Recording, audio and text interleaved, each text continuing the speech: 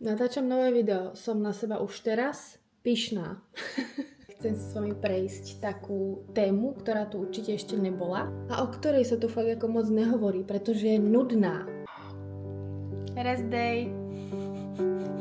A presne preto ma napadlo vám natočiť niečo viac o tejto téme, o tom, ako som ho kedysi vnímala, ako ho vnímam teraz, jak k nemu pristupujem a nejaké praktické veci, čo v taký deň proste robím. Rozdelíme si to do takých 4 sekcií. Prvý bude mindset, recovery a prečo je vlastne tak dôležitá, ako vyzerá vlastne môj rest day a potom vám ukážem nejaké fakt praktické veci a problémy, ktoré teraz riešim.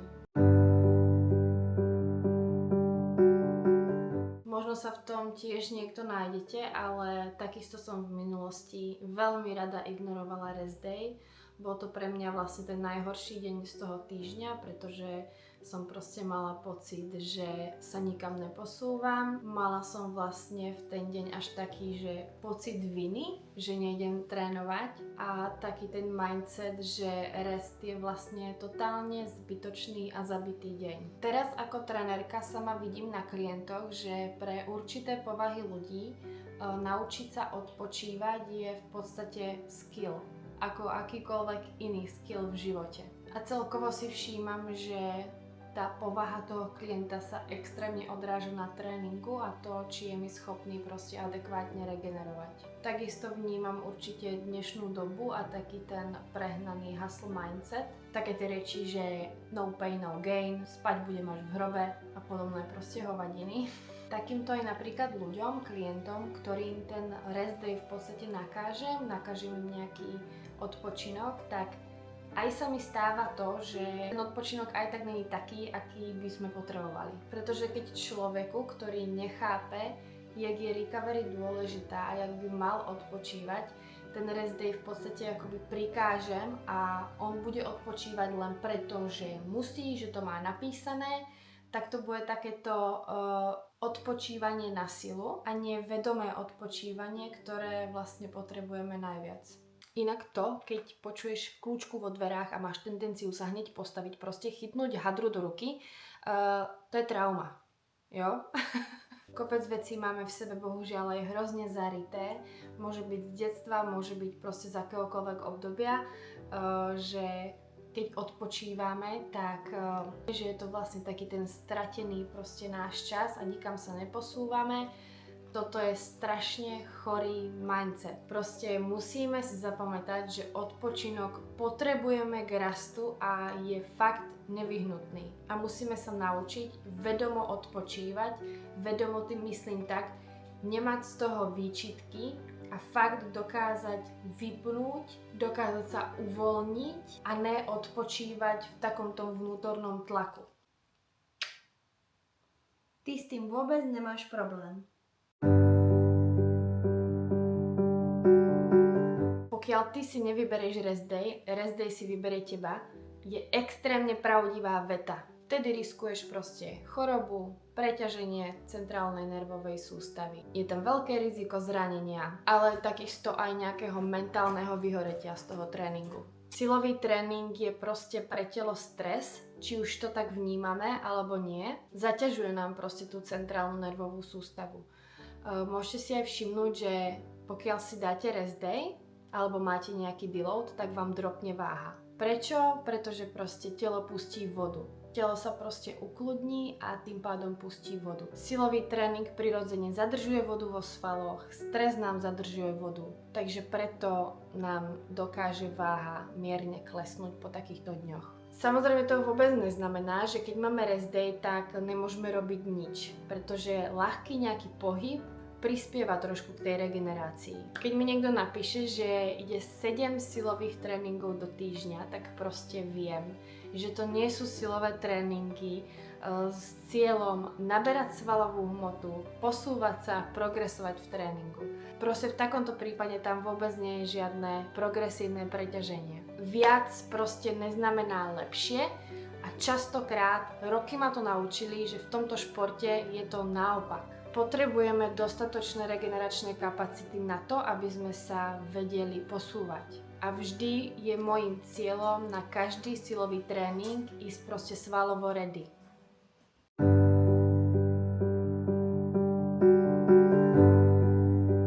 teraz po tých rokoch v tomto celom športe sa ja úprimne na rest day teším. Nie preto, že nemilujem trénovať, naopak milujem proste trénovať, ale tým, akou intenzitou ja dokážem trénovať, tým, že sa chcem posúvať v tých tréningoch, tak tá únava tam prirodzene proste je. A na ten rest day sa teším, pretože cítim, že ho moje telo vlastne hrozne akoby potrebuje. A proste život není len o tréningu. Pracujem ako coach a mám častokrát fakt veľa práce, že občas ten tréning tam musím tak akože hrozne vtesnať. Takže tieto dni využívam úplne prakticky proste aj na to, že si tej práce dokážem dať viac, že dokážem si spraviť prácu v podstate na 2 dní dopredu. Takže venujem sa oveľa viac klientom, mám oveľa viac check-inov tieto dni, oveľa viac spravím napríklad kreatívnej práce, ako je toto video. Takže naplánujem si do tých dní veci, ktoré možno aj v bežné dni, kedy mám ten tréning, nestíham. Či už je to proste nákup, či už je to aj v rámci tej regenerácie nejaká dlhšia prechádzka s Frey.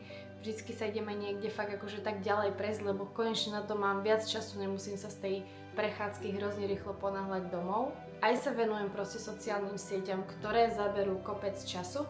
Takže tieto veci si krásne proste prehodím do tých dní, kedy mám rest, a pretože aj takýto tréning mňa psychicky a mentálne hrozne vyčerpáva, pretože tréning není o tom môj, že idem do gymu a idem vypnúť hlavu. Nie, tam zapínam hlavu a rozmýšľam, čo robím, a častokrát je to akoby mentálne vysilujúce. Preto túto mentálnu nejakú kapacitu využijem v rest day na úplne iné činnosti. Ale mali by sme v tom nájsť aj nejaký balans. Neznamená to, že ten rest by mal vyzerať tak, že chcem stihnúť proste strašne veľa vecí, ktoré bežne nestíham, ale u mňa to znamená aj to, že večer si kľudne pustím proste seriál namiesto proste práce a proste romantizujem si život.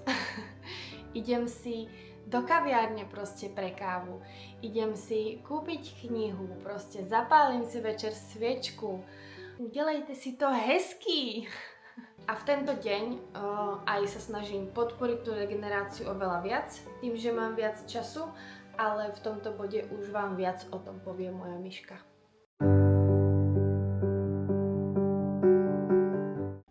Když si závodnice a chceš vyřešit regeneraci, tak spoustu lidí si myslí, že regenerace, a sama to víš, je to, že dojdu po tréninku dom, dobře se najím, dobře se vyspím.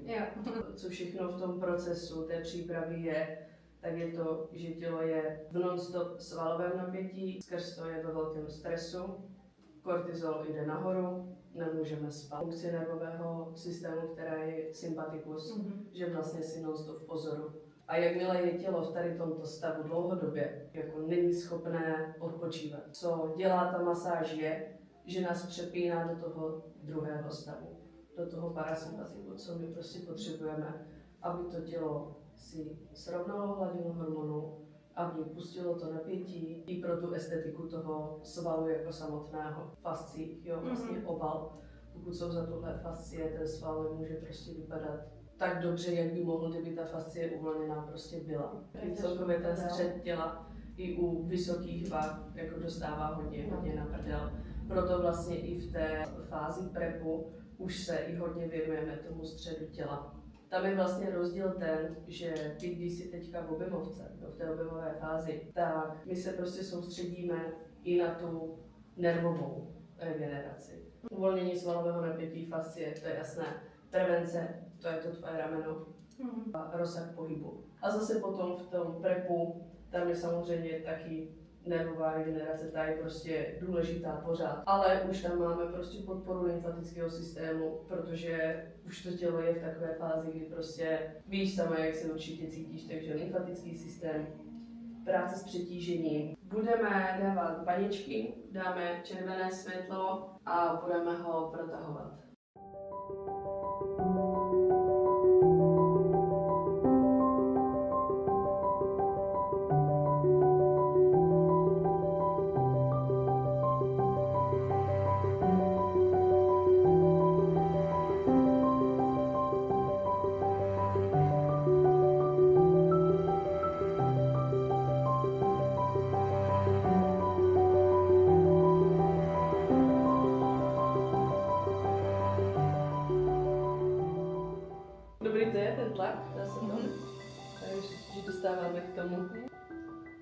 videa, že tady tato prosím,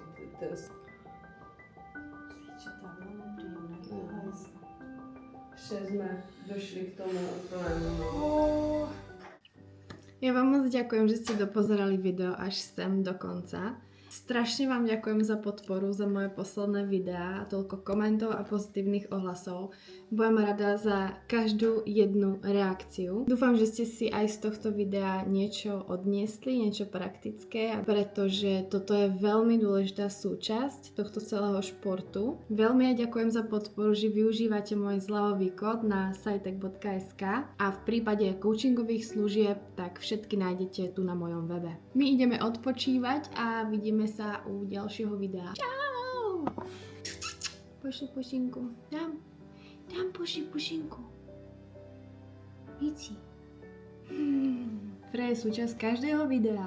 Vieš o tom, že ty si súčasť každého mojho videa? Aj reelskám všetkého, ty si všade. No,